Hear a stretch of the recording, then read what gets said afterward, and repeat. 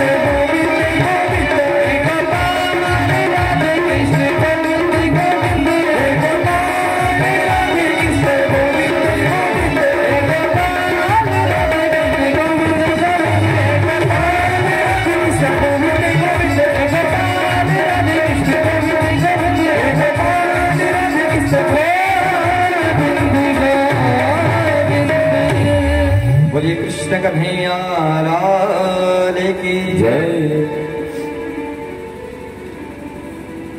बड़ी ही सुंदर चर्चा हम सभी कथा भगवान के जन्म की हम लोग कल श्रवण किए। बड़े ही धूमधाम से भगवान का जन्म उत्सव मनाया गया। भगवान का प्राकट्य मथुरा कारागृह में होता है। वसुदेव जी के द्वारा भगवान नंद महल में पहुंचते हैं। नंद महल में 80 वर्ष की अवस्था में नंद बाबा के यहाँ बालक हुआ है। खूब आनंद हो रहा है। बालक हुआ है। महाराज नंद बाबा खूब आनंद ले रहे हैं। उनके महल में खूब आनंद हो रहा है। व्यास जी वर्णन करते हैं, नंदस्त्वात्मज उत्पन्ने जातः लादो महामना आहूय विप्रान् वेदज्ञान् स्नाता सुचिरलकृता वाचयित्वा स्वस्तयनं जाति कर्मामजस्य वे कारयामास विधिवत पितृदेवार्चनं तथा।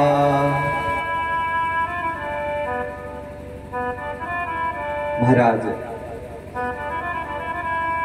80 वर्ष की अवस्था में बाबा के यहाँ लाला का जन्म हुआ। बड़े ही प्रसन्न हुए, बड़े ही आह्लादित हुए हैं नंद बाबा। वेद पाठी ब्राह्मणों को बुलाया अपने घर। सर्वप्रथम वेद पाठी ब्राह्मण को बुला करके ब्राह्मणों से वाच इत्वा स्वस्तयनम स्वस्ति वाचन का पाठ कराते हैं। ब्राह्मण लोग सुंदर वेद ध्वनि करते हुए स्वस्ति वाचन का पाठ किए हैं। बालक का जात कर्म संस्कार करवाया। कारयामास विधिवत पितृदेवार्चनं तथा। इसके पश्चात नंद बाबा ब्राह्मणों का पूजन करते हैं, अपने पितरों का पूजन करते हैं, अपने पितरों का आशीर्वाद लेते हैं। महाराज ब्राह्मणों को खूब दान किया। कामधेनु गाय को दान किया। उसके सींग में स्वर्ण मुड़वाया है और ऐसी सुंदर सुंदर कामधेनु गायों का दान किया है। तिल के समान स्वर्ण के पहाड़ बनवा करके सभी ब्राह्मणों को 7 पहाड़ दान किए। धेनु नाम नियुते प्रादात विप्रेभ्या समलंकृते। इन सब आभूषणों से ब्राह्मण देवताओं को समलंकृत किया। दिव्य आनंद मच रहा है नंद बाबा की आंगन में। जितने ग्वाल वाल हैं सब लोग नंद बाबा की यहाँ बधाई लेकर आ रहे हैं और नंद बाबा सभी को खूब बधाइयां दे रहे हैं। खूब आनंद हो रहा है महाराज। आज लाला जन्म सुनी आई यशोदा मैया दे दो बधाई। लाला जन्म सुनी आई यशोदा मैया दे दो बधाई। दे दो बधाई मैया दे दो बधाई। दे दो बधाई मैया दे दो बधाई। दे दो बधाई मैया दे दो बधाई।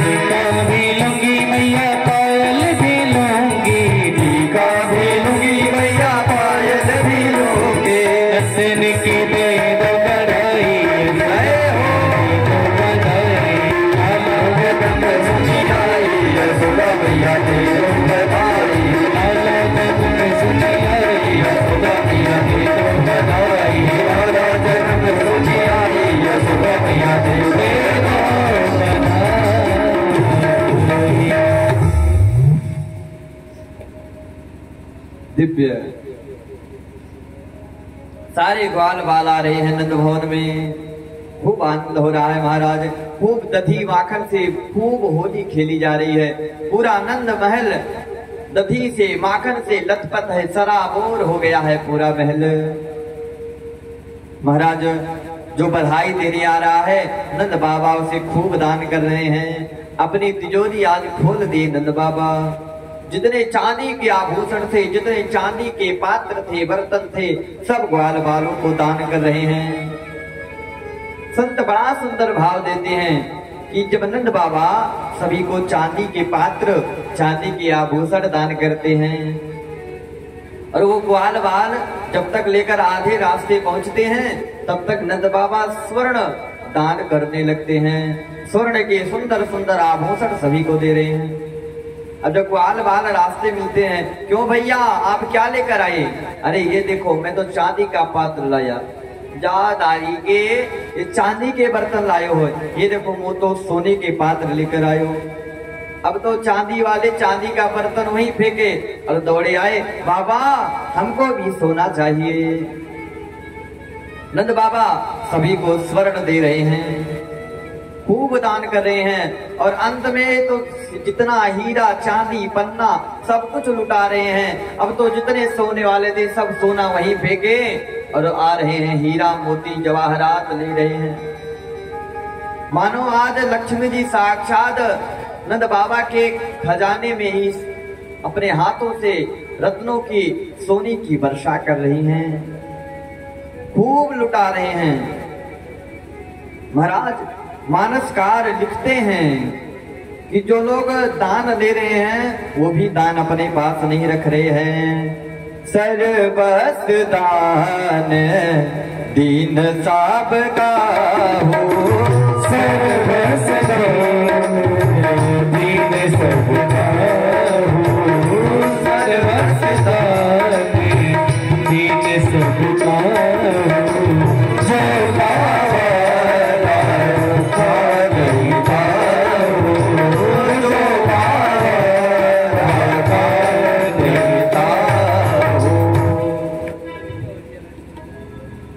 महाराज लिखते हैं सब कुछ अपना दान कर रहे हैं नंद बाबा।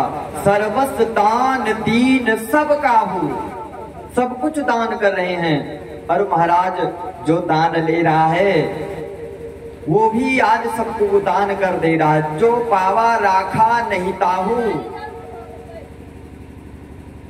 खूब आनंद हो रहा है महाराज, आनंद मच रहा था। उसी समय नंद बाबा को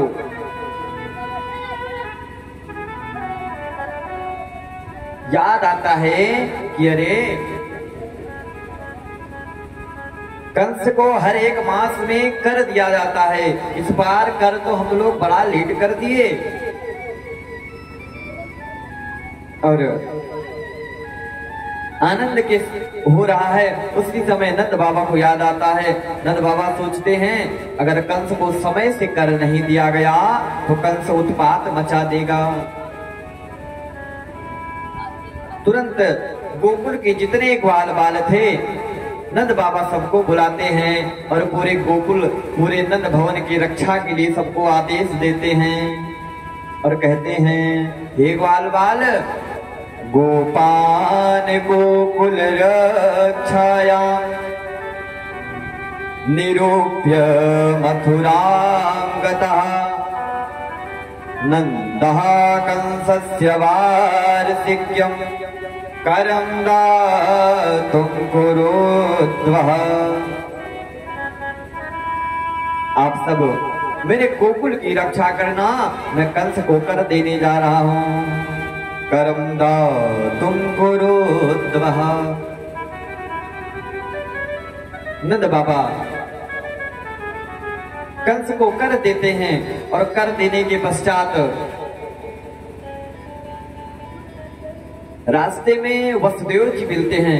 वसुदेव जी देखते हैं, अरे हम तो अपने लाला की सुरक्षा के लिए ही ले गए, गोकुल में अपने लाला को रख दिए, और ये नंद बाबा यहाँ मथुरा में घूम रहे हैं। तुरंत वसुदेव जी नंद बाबा के पास जाते हैं।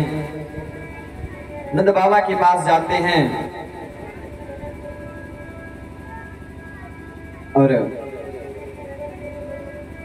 जैसे ही नंद बाबा के पास गए, ये नंद बाबा और वसुदेव जी बड़े ही पक्के मित्र हैं।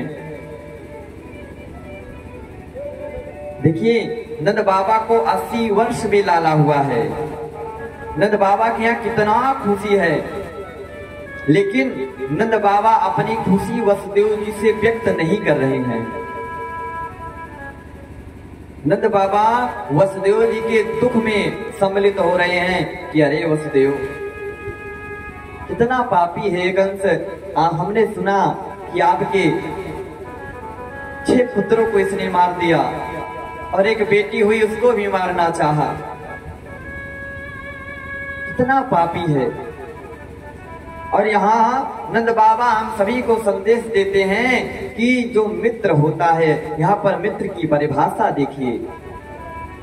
इनके पास आनंद है, आनंद को नहीं व्यक्त कर रहे हैं, अपने मित्र के दुख में सम्मिलित हो रहे हैं। इसीलिए कहा गया है जे ना मित्र दुख हो ही दुखारी, तिनहि विलोकत पातक भारी। उससे बड़ा पापी कोई नहीं है जो अपने मित्र के दुख में सम्मिलित ना हो। महाराज मित्र का दुख तो इस प्रकार से हम लोगों को समझना चाहिए कि जैसे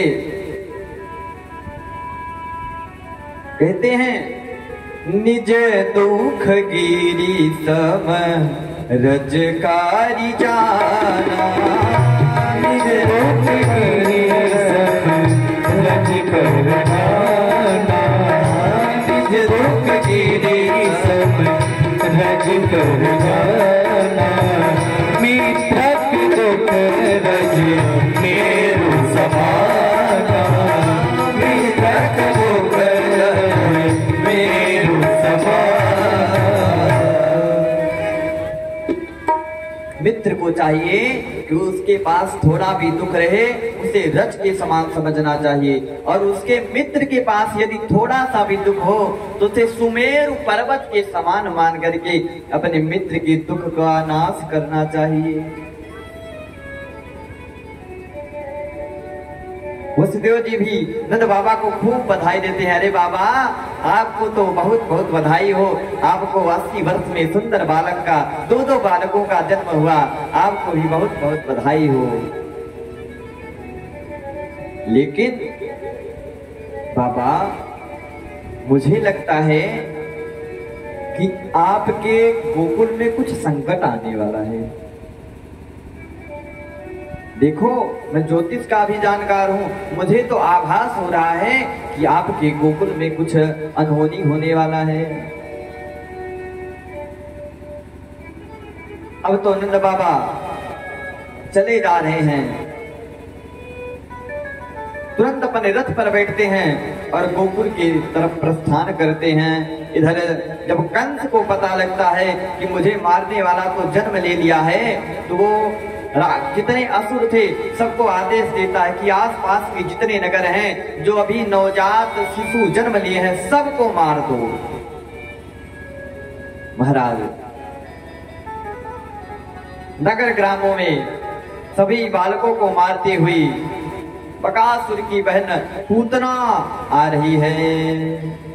कंसेन प्रहिता घोरा पूतना बाल घातिनी, शिशुश्चार निघनन्ति पुरग्राम ब्रजादिषु। कंस के द्वारा भेजी गई कंसेना प्रहिता घोरा पूतना बाल घातिनी नगर ग्रामों में छोटे छोटे शिशुओं को मार रही है। शिशुश्चार निघनन्ति नगर ग्रामों में पुरग्राम ब्रजादिषु, ब्रज मंडल से सभी बच्चों को मारती हुई आज ये पूतना गोकुल में पहुंच जाती है। और गोकुल में पहुंचती है तो देखती है अरे ये सब लोग सज धज के कहाँ जा रहे हैं। लगता है काहू को पूत भयो है।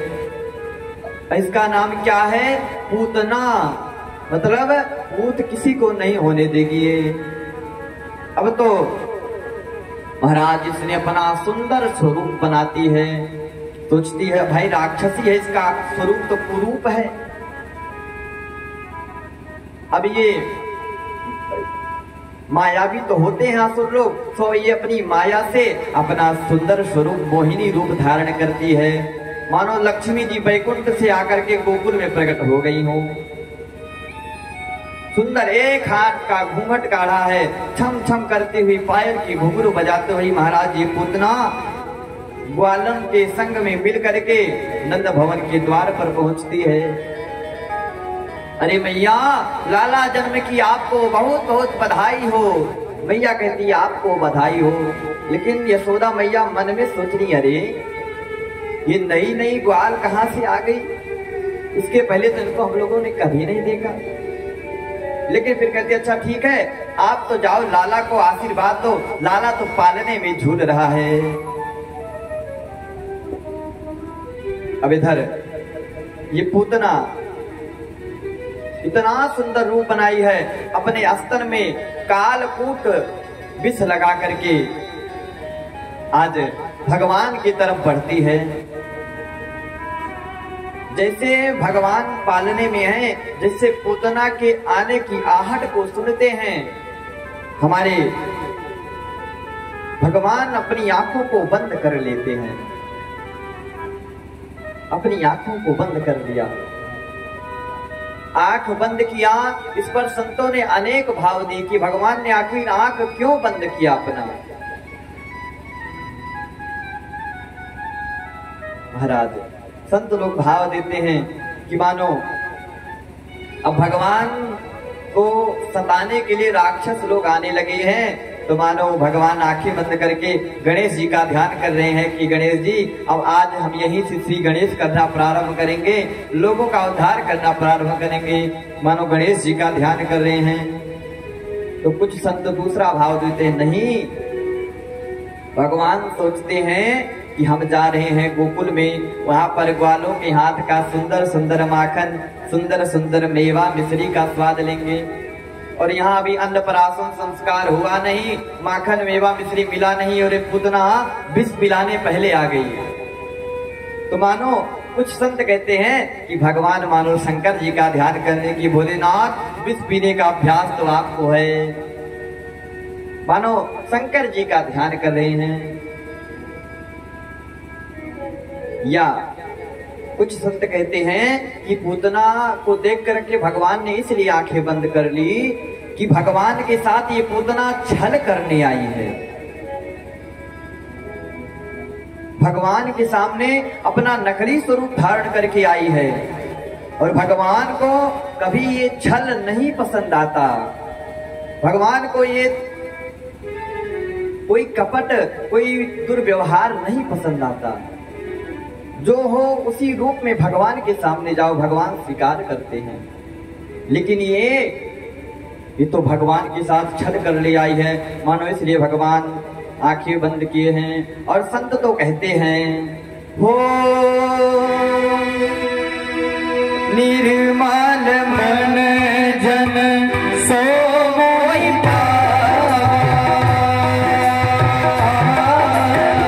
मोहि कपट छल कीध नवारा। राम सिया राम जय जय राम, राम सिया राम जय जय राम।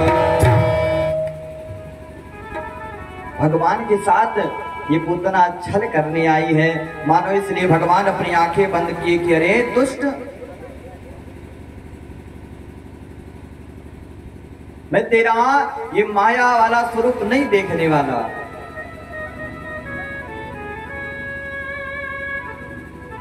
महाराज पूतना भगवान को उठाती है, अपने गोद में लेती है, और अपना विष लगा हुआ स्तन भगवान के मुख में रखती हैं।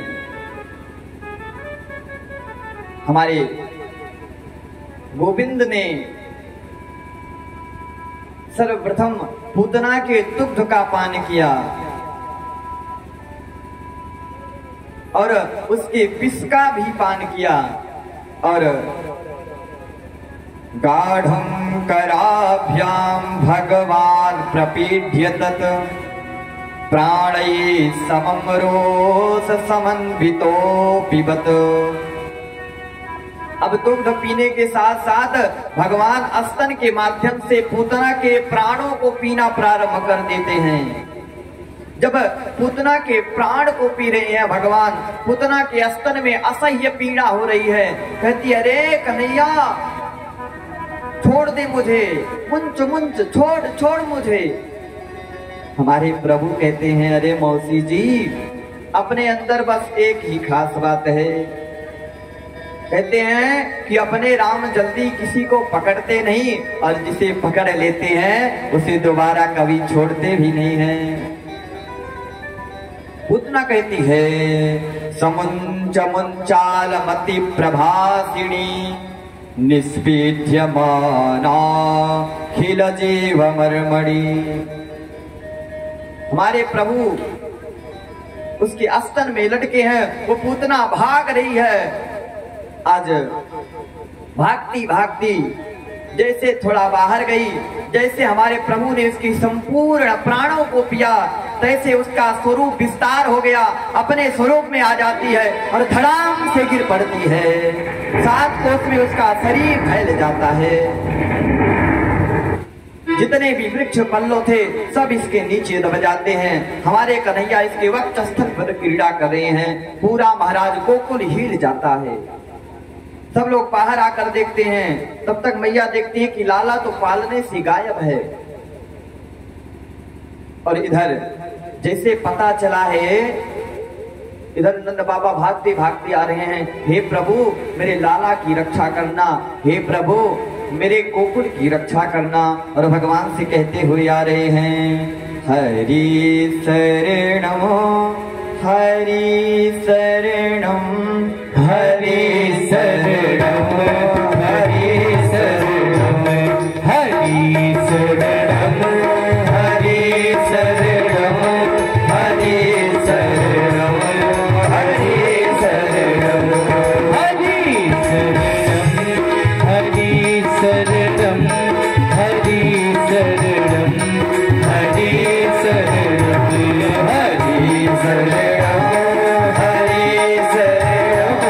हरि शरणम हरि शरणम हे प्रभु मेरे गोकुल में रक्षा करना। इधर जितने ग्वाल बाल थे सब लोग देखते हैं कि पूतना के वक्षस्थल पर भगवान क्रीड़ा कर रहे हैं, तो सब लोग सीढ़ी लगा करके भगवान को उतारते हैं और भगवान को उतारा। मैया तुरंत अपने लाला को अपने सीने से लगाती हैं, तुरंत अपने गौशाला में भगवान को लेकर आती हैं। भगवान को लाया, गौमूत्र से स्नान कराती हैं और गौमूत्रेण स्नापयित्वा पुरगौरजसार्भकम्।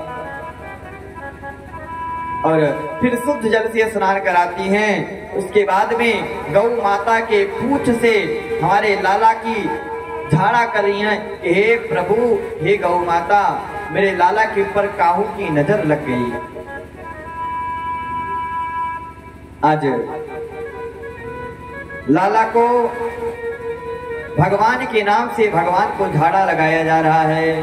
हे प्रभु मेरे लाला की रक्षा कीजिए, हे नारायण मेरे लाला की रक्षा कीजिए। महाराज तब तक नंद बाबा आते हैं और देखते हैं कि विशाल काय में एक राक्षसी गोकुल में पड़ी है। सारे गोकुलवासी अपने अपने कुल्हाड़ी अपने अपने सब कुछ काटने का अस्त्र शस्त्र लाते हैं। पूतना के शरीर को टुकड़ा टुकड़ा किया गया क्योंकि इसका शरीर 7 कोस में फैला हुआ था। इसके शरीर को काटा गया और इसके नीचे जितने लकड़ी दबे हुए थे सबकी इसकी चिता बनाई गई, इसको रखा गया। और जलाया गया। और महाराज जैसे जलाया गया सब लोगों ने एक आश्चर्य देखा। दह्यमानस्य देहस्य धूमश्चागुरुसौरभः।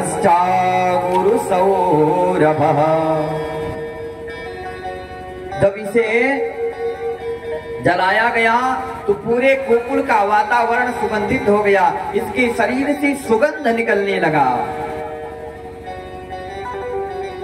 सब लोग कहते अरे ये तो राक्षसी थी, तो इसे जलाया गया तो इसके शरीर से सुगंध क्यों निकला?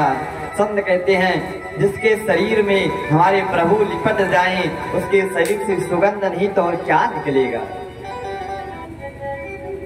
महाराज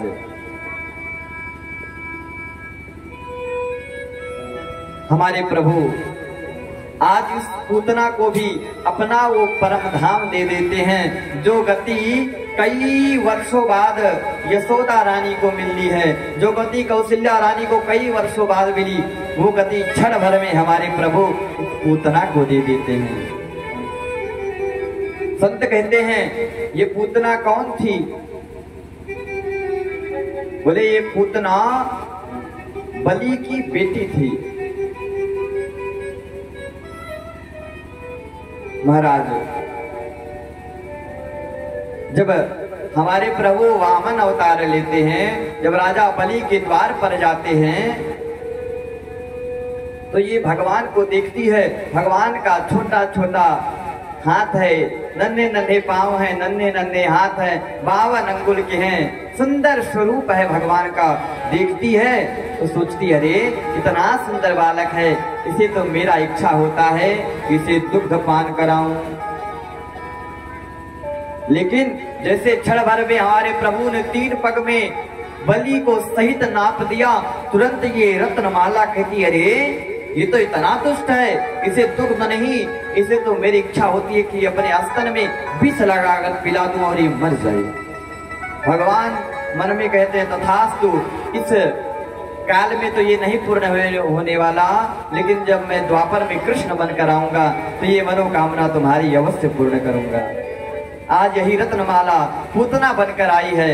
हमारे प्रभु ने इसके विष का भी पान किया, दुग्ध की पिया है और इसे अपने परम गति दे दी। और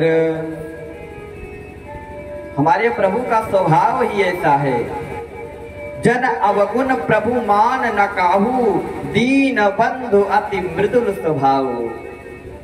मृदुल स्वभाव के हमारे प्रभु, कब किस पर कृपा कर दे, कब किस पर करुणा कर दे कोई पता नहीं है। ऐसे कृपा में कब किस पर किनकी कृपा बरस जाए, कब किसके गुण पर रीछ जाए ये कोई पता ही नहीं है। न जाने कौन से गुण पर हमारे प्रभु दया निधि रीछ जाते हैं। न जाने कौन से गुण पर दया निधि रीछ जाते हैं। न जाने कौन से गुण पर दया निधि रीछ जाते हैं।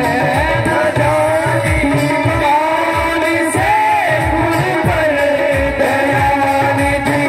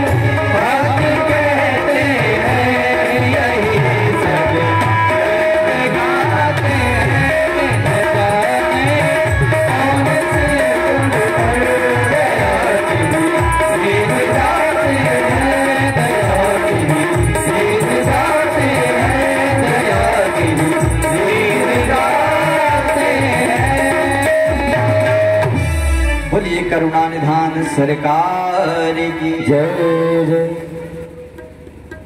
कब किस पर कृपा करेंगे, कब किस पर करुणा कर देंगे, कोई पता नहीं है। महाराज भगवान को विष पिलाकर मारने आई थी, भगवान इसका विष भी पिए और इसे अपना परम धाम भी दे दिया। व्यास जी लिखते हैं, सुखदेव जी परीक्षित से कहते हैं, परीक्षित इस पूतना मोक्ष की कथा को जो व्यक्ति सुनता है, या एतद पूतना मोक्षम कृष्णस्यार्भकमद्भुतम् शृणुस्यात् श्रद्धया मर्त्यो गोविंदे लभते रत्यो। जो इस पूतना मोक्ष की